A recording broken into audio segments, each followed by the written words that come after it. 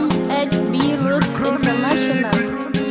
Ziko muredilego vanyara kutizi kunyara kutizi kuita sashiri ziko uyundia narukukuma sazizi indira zifiza komrodi makunge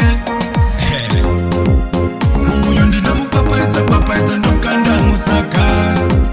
razifiza weta mwana ini ndinokuteta ndakoti ndinokupapaiza papaiza ndokanda musaka razifiza weta mwana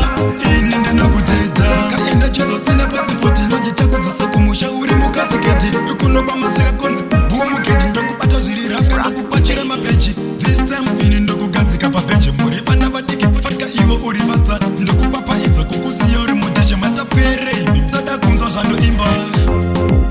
nekuti ndinokukwapedza kwapedza ndokanda musaka fasta weta mwana ini ndinokuteta ndakoti ndinokupapedza kwapedza ndokanda musaka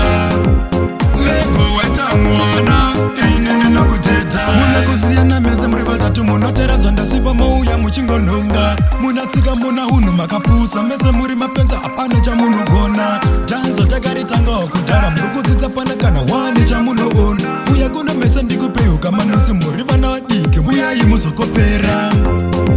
uyu ndinomupapaidza papaidza ndokanda musaka razividza weta mwana ini ndinokuteta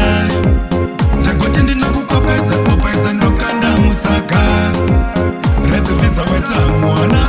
ini ndinokuteta kaenda chizo tsina pasipoti nojitakudzasa kumushauri mukaziketi ikunoba masvika konzi kubhumuketi ndokubata zviri rafu ndokukwachira mapechi this time ini ndokugadzika pabenji muri vana vadiki fatka iwo uri fasta ndokupapaidza kukuziya uri mudishe matapwerei misada kunzwa zvandoimba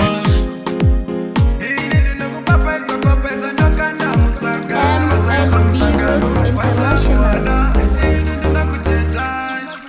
ndangoti ndinokupapedza kwapedza ndokanda musaka lego weta mwana ini ndinokuteta